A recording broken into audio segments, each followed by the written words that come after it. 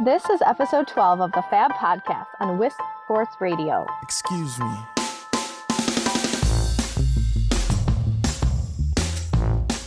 The FAB podcast is the weekly show brought to you by Females in Athletic Business for women in the sports business, where we believe that women in sport deserve equal coverage.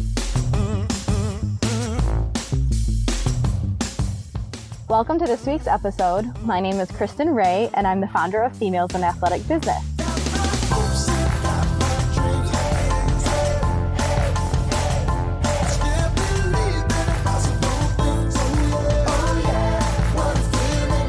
I am so excited and honored to be speaking today with Dr. Janice Hilliard. She is a nationally recognized consultant, trainer, and speaker in the sports business industry. She's here today with us to speak on a topic that I'm often asked about, and that is the differences and the similarities between working in college and professional sports. Dr. Hilliard has spent 15 years working in the NBA as vice president, senior director, and director of player development, and has spent time in college athletics with the University of North Carolina at Chapel Hill and the University of Houston. Welcome, Dr. Hilliard, to the FAB podcast. Thanks so much for being here. Hi, Kristin. It's exciting to be here. Thanks for having me. Of course, it is absolutely my pleasure. I always start out with our guests to hopefully try to tell us a little bit about their path in the sports industry, because I think it is so valuable for our listeners to hear how different every woman's path is in the industry. So start out just a little bit by telling us about your journey, but also about the company that you have. Sure. I actually segued into athletics administration via secondary education. I spent the first part of my career teaching and coaching in secondary education, and then interned at the NCAA, and that was really my segue into athletics administration. From the NCAA, I was an academic advisor for student athletes at the University of North Carolina, and then associate athletics director for academics at Houston. And then after returning to Houston, after finishing my Ph.D. at Michigan State, I went back to Carolina as associate athletics director and oversaw the academic and career life skills programs for the student athletes there. And then at that point is when I segued into professional sports to the NBA in 2001. I joined the league to develop the continuing education program for the D League, which is now known as the G League. And there worked with NBA teams and players and their families and agents, and just helping players transition into the league, learn about the business of basketball, and just to develop personally and be successful while they were at the league. Also, I had the opportunity there to oversee our continuing education and professional development programming for the teams, the training and development initiatives for our league and team player development directors, and liaison to our higher education institutions and our educational organizations. It's just a part of my responsibilities there. So that was my career path into athletics. And as you said, first half of my career in college athletics, and then the second half at the professional level.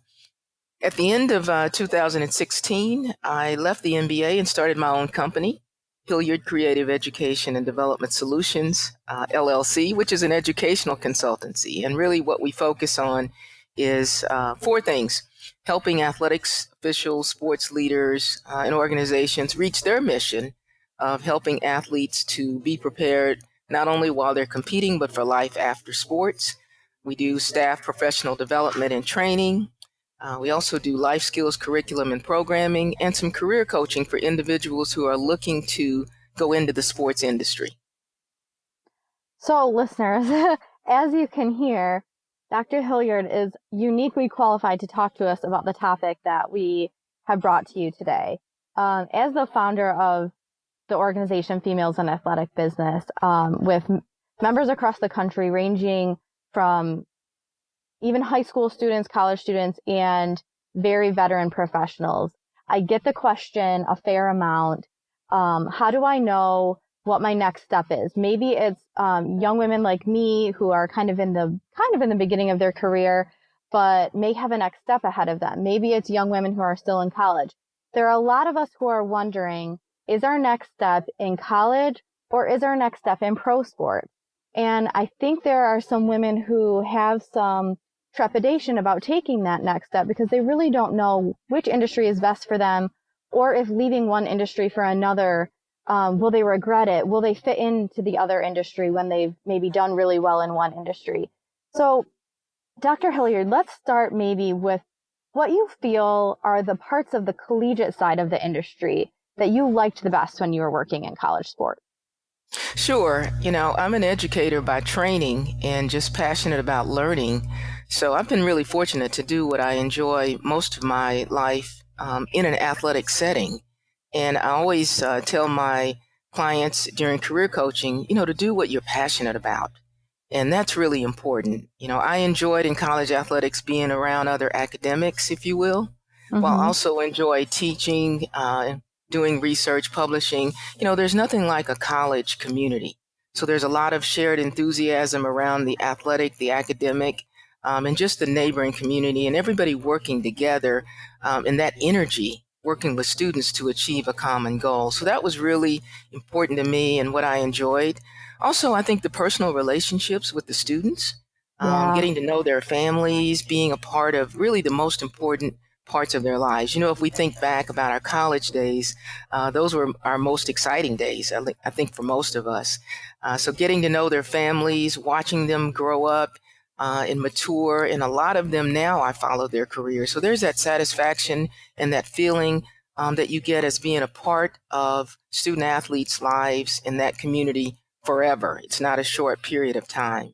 And then I think probably from a work perspective, it's really the responsibility that you gain from running an entire department. Both at Houston and at North Carolina, you're responsible for, every aspect, from hiring staff to training staff, strategic planning, developing programming, just collaborating across the different departments on campus, and just the different relationships that you build with coaches and other administrators. And so I think a lot of my experience, and maybe others who work in athletics, it's sort of that community feeling that you get, the long-term relationships, and getting to see people grow and develop and be a part of their lives really forever. I can really mirror that working in college athletics. I can really say that some of the most satisfactory experiences that I've had and the most fulfilling would be the ones that had to do with the personal relationships that I've built with student athletes, or even the students that I work with within the athletic department, and definitely the family atmosphere, getting to know their families, working with their families. I think that is a huge part of the college athletics world that I can't say either way because I haven't worked in pro sports, but that it may be unique to the collegiate world. You kind of touched on it. You kind of touched on how much you were responsible for within the department you were working in at both Houston and North Carolina. Can you tell me, do you feel like maybe you might have more on your plate or more responsibilities in the college world? I think there's this I think there might be an idea that young women have based on the women I talk to, where there may be more people in more specialized roles in the pro world, where on a college campus you may be handling more things at once. Does that ring true to you, or is that maybe a little off base? No, actually, I would say that that's true, Kristin. When I think about sort of the differences, and I was going to mention at the corporate level, and I've been at the NCAA as well as the NBA, at the corporate level, people do tend to be in their roles more specialized, actually, where you have smaller departments and smaller numbers of people doing specialized work, whereas really at the collegiate level, I feel like folks are probably doing multiple projects or multiple, for example, at the college level, you have divisions 1, 2, and 3.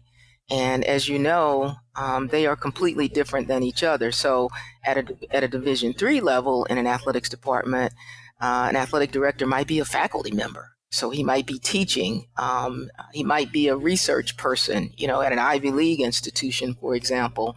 And so there's more diversity, I think, at the college level in the types of projects and the things that you're doing. Whereas at the corporate level, again, I think there's more specialization going on. And I don't know if that means there's more opportunity necessarily at the corporate level, than there is at the collegiate level. There's probably fewer positions, I think, in athletics than at the corporate level.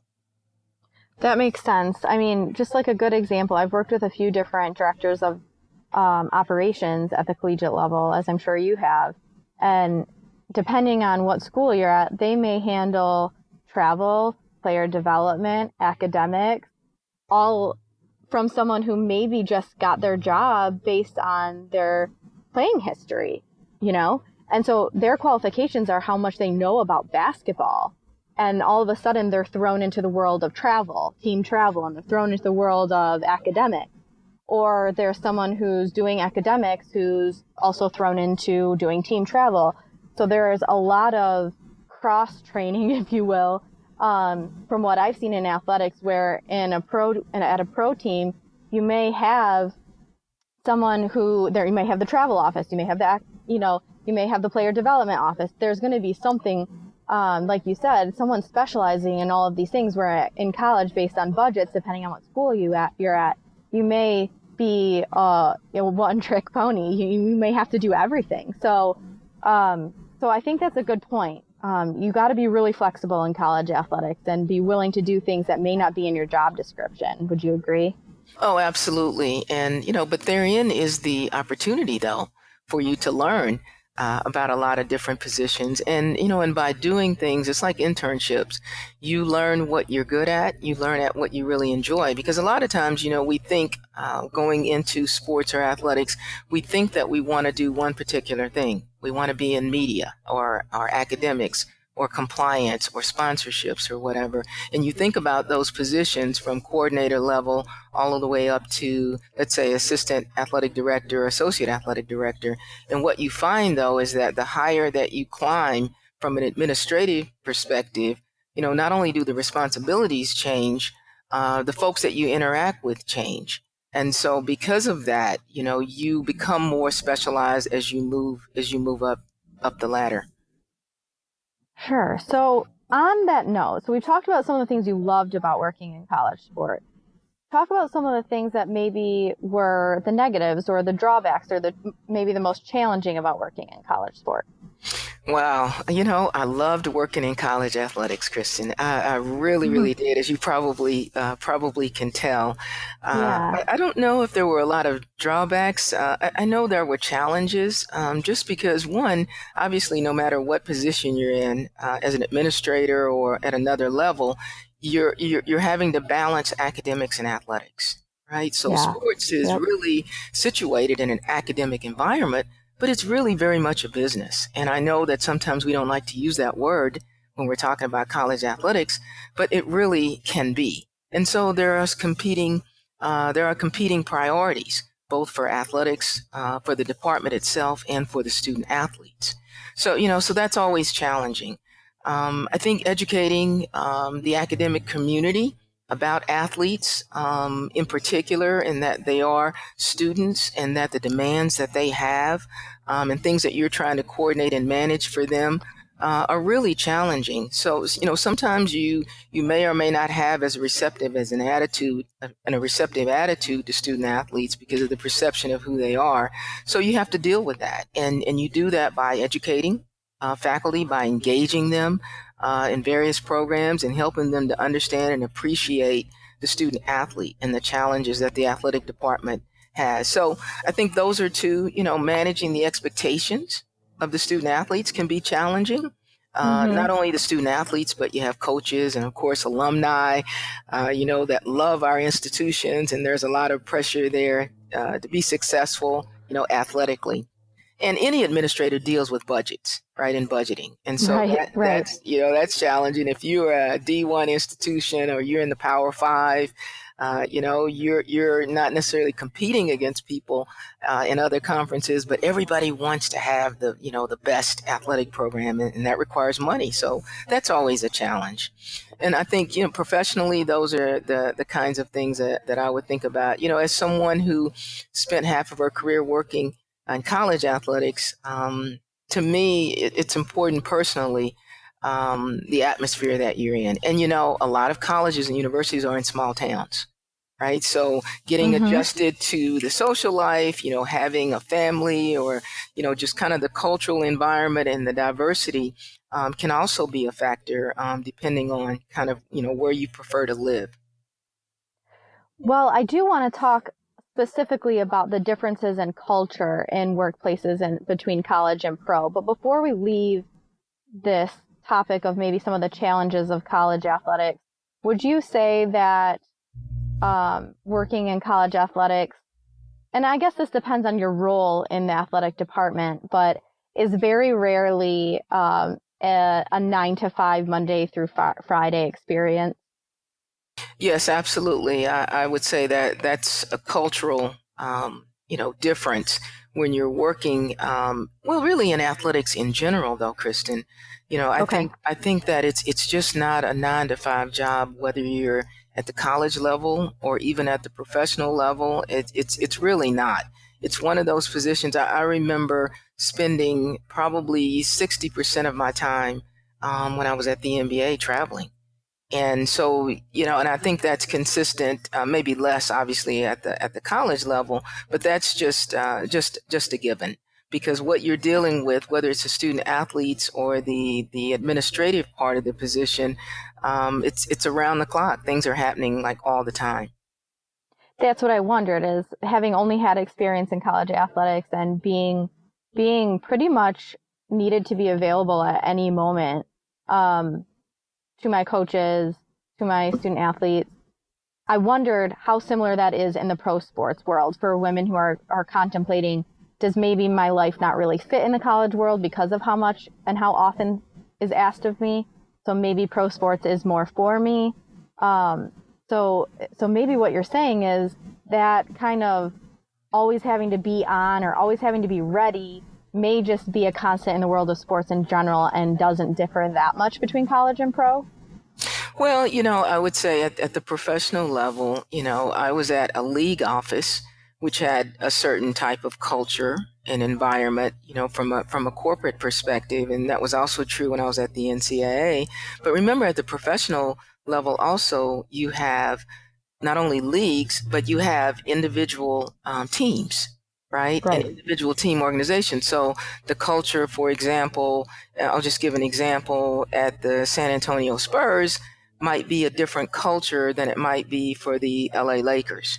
And that doesn't mean that the work is any different or anybody works any longer or differently, but even within that physical culture and environment, it could be different.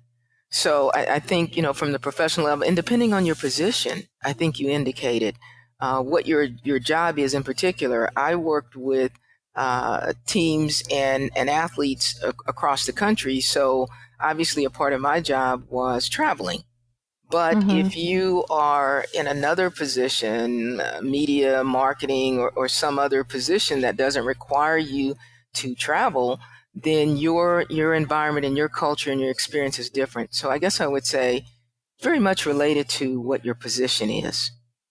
And that makes a lot of sense. And that should be a factor, maybe. I know everybody kind of has their area and space in sports that they want to go down. And, if you're an accountant, or let's say if you're in the legal department, you may not travel that much. You know what I mean? If you're doing contracts or those kinds of things, you could be in the office more than someone who is in basketball operations or another area. So let's delve a little bit more into those cultural differences that we talked about. You mentioned that college campuses generally have a lot of diversity. Well, that can come and go depending on where you are. Big city schools might have more diversity, especially if they're bringing in, very worldly professors and student athletes from all around the world. Then you do get a diverse situation, like the university that you and I went to. To me, felt pretty diverse. At least it does now. But if you're in a very small town, different regions of the country, it may not feel as diverse. Talk about the differences between how diverse a college campus might be versus how diverse the world of pro sports is. I can't talk about that at all because, like I said, I've never put myself into the world of pro sports. No, that's actually a great question. I think at the college level, again, it's an academic community. I actually went to undergraduate school at the University of Houston, which is obviously, well, we're about to be the fourth largest city in the country. The University of Houston is very diverse. And so you have students from all over the world. The faculty are from all over the world. The athletics department is diverse, for example, just in terms of where people have been and where they have worked around the country. So I think a lot at the college level, has to do with the athletic department has a lot to do with the makeup of the university as well. The college president is very much involved these days in athletics and very much involved with athletics directors when decisions are made. So the culture sometimes gets created, obviously, by the people who are in leadership positions. And from where they come, they bring ideas, they bring different things that they've done in other places that might be in other parts of the country. For example, our athletics director here at the University of Houston came from Cal.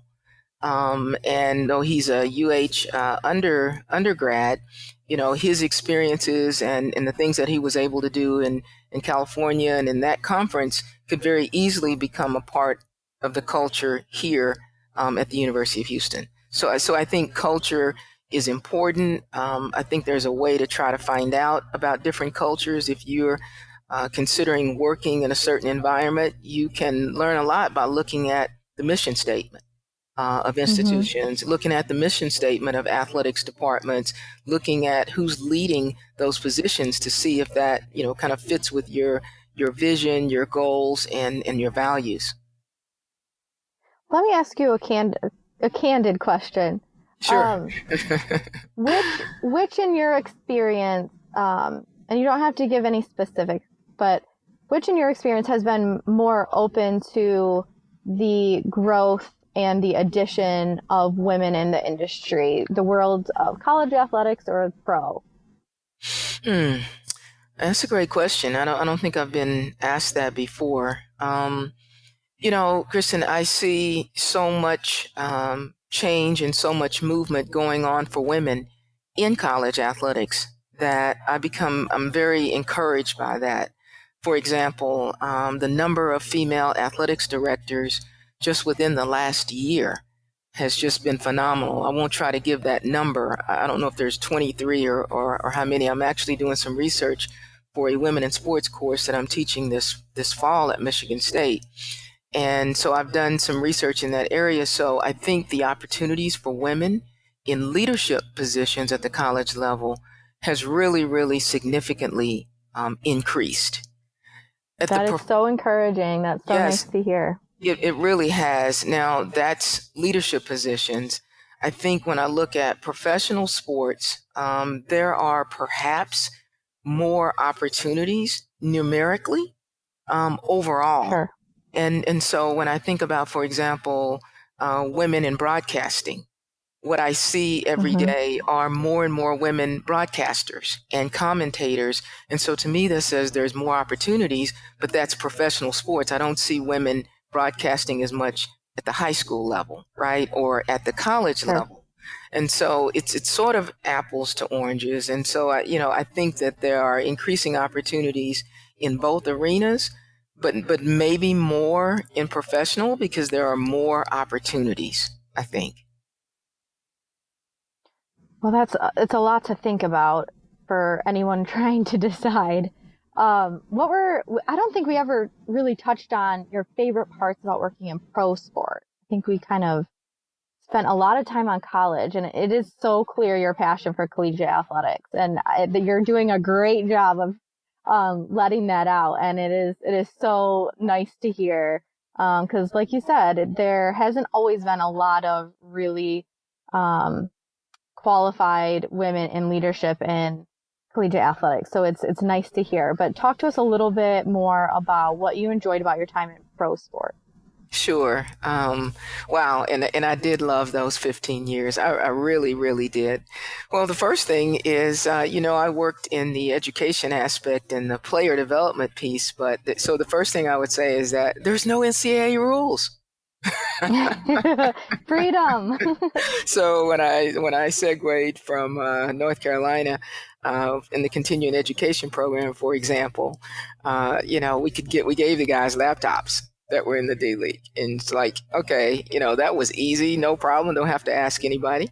I think from a Yep. professional development perspective, the opportunity to expand my skill set and my knowledge of the sports industry was huge. That was a big factor. And when I decided to go to the NBA, I knew there were some areas that I wanted to grow in professionally and personally, and things that I wanted to learn about the sports industry from a business perspective.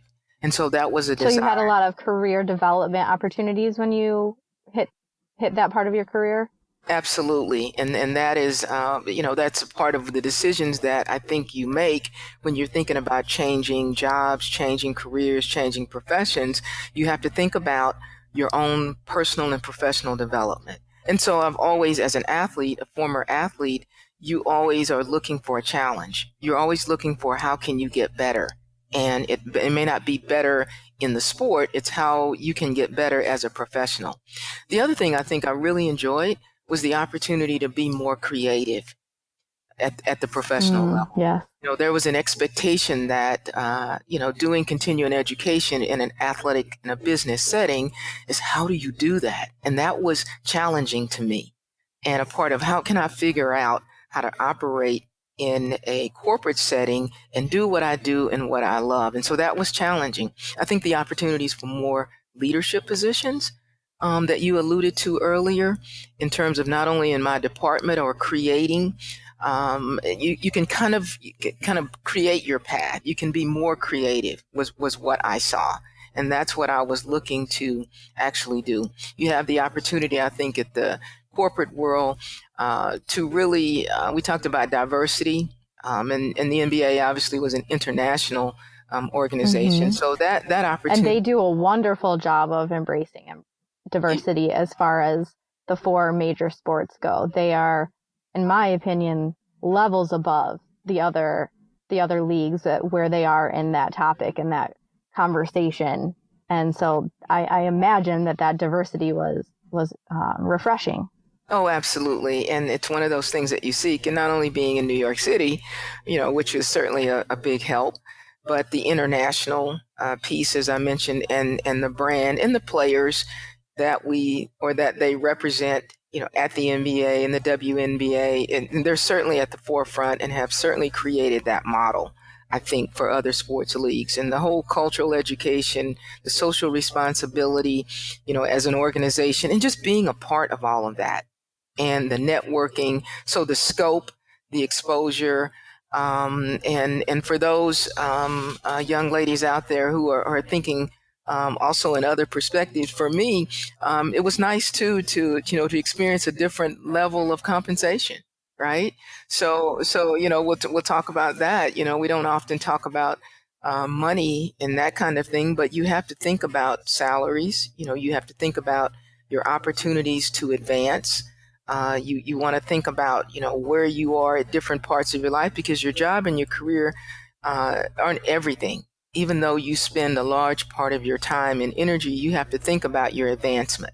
And what does that mean as it relates to your performance, and how your performance relates to your ability, to advance, from a financial perspective. Yeah, I think it would have been, a dereliction of duty if we let this whole podcast go without talking about some of the nitty-gritty, like payment and things like that. So thank you for bringing that up. It's easy for women to, I think, get caught up in all the fulfillment type questions, because money isn't often our first or second instinct when we're talking about a job. But for our male counterparts, a lot of times it is. So we need to make sure that we're thinking about that for ourselves as well. So before I let you go, I'm going to give you a tough question that you have to answer in just a few words. So give me 2 personality traits that you think would make someone most qualified to work in college sports. So I get how many? I get 2 words or 3? 2. You can pick 2 or 3. Okay. I love that question. I love that. And you have great questions, by the way. passionate. I think being passionate is really critical, not only in any profession, but especially in sports. So I like passionate as one of those. Confident. I think it's important to be confident and have a confident personality and yet be still assertive. So I would say confident, because you can't be afraid to fail. You can't be afraid to take risk. And competitive. Gotta say competitive. Okay. Gotta say. Okay. So passionate, competitive, I missed the third one already. And confident. Passionate. Confident. Passionate. That's one of the most important ones. Passionate, confident, and competitive. And so those three, you think, for the whole sports industry, whether it's college or professional, Absolutely. You think are big keywords? Yes, absolutely. I think they fit across the whole industry. I love that. I'm going to take those with me. Before we let you go, give us a little more information where we might be able to get in touch with you if we found you as riveting as I have, or where we can maybe read some of your work or look into your company. Where can we kind of get more information about you? Sure. You can go to HilliardSolutions.com, and that's HILLIARD, and that's my website. And there you'll actually have access to my social media links. I actually have a blog on there, and I talk a lot about the kinds of things that we've talked about today. I think that people have found interesting. On Twitter, I'm at Dr. J Hill 81. That's DRJHILL 81. And also our company is Hilliard, HILLIARD SOLUTI, the number 1. On Instagram, Hilliard Solutions. And on Facebook, facebook.me/AthEmpower, ATHEMPOWER. Thank you again so much, Dr. Hilliard, for being here. It was absolutely our pleasure to have you. And for more conversations from the world of women's sport, visit wispsports.com, where you'll find more than 800 podcast episodes, plus blogs, videos, and articles. Wisp Sports Radio is the world's largest podcast network for women's sports, with 30 shows, 20 hosts around the world. Subscribe for free on your favorite podcast app. To follow Females in Athletic Business, this podcast, or Wisp Sports, use @FabSportsOrg and @WispSports on social media. The FAB podcast is a co-production of Females in Athletic Business and Wisp Sports. Check out Females in Athletic Business at www.fabsportsorg.com. Thanks so much for listening, and we'll be back next week with another episode of the FAB podcast.